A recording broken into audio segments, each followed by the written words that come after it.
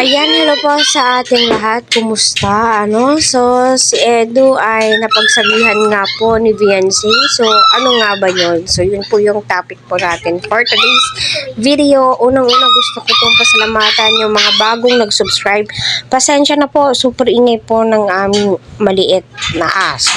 Gusto po niyang lumabas sa kulungan. By the way, yun na nga, no? So, si Edu nagulat nga ba? May dapat bang ikagulat itong si Edu? So, yun na nga po, no?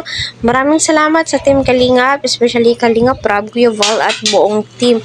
Huwag po natin skip ang kanilang ads para sa ganoon ay marami pa po silang matulungan na kababayan po natin. So, ayun, yung topic po natin, no?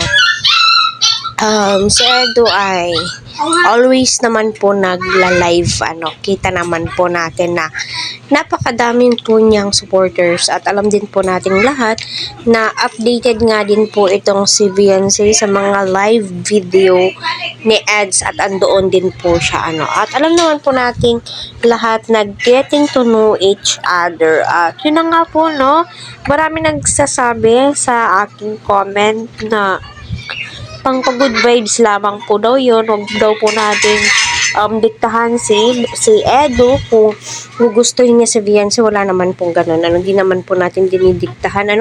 Nagbabase naman po tayo sa mga video nila, sa mga kilig moments po nila. So, yun na nga po, no? Pinagsabihan nga po ni Viancy na kumain na po siya. So, napaka-sweet ni Viancy, no? Inaalala niya itong si Kalingap Edu, no? Baka mapas mo si Edu, baka magutom. Naku, lagot. Magkakasakit tuloy. So, yun. No, patuloy po nating suportahan sila Kalingap Rob. Buti pa si Viancy inaalala yung mga kalagayan ni Eds. Ayaw po niyang magutuman si Eds, no? Sana all napaka-sweet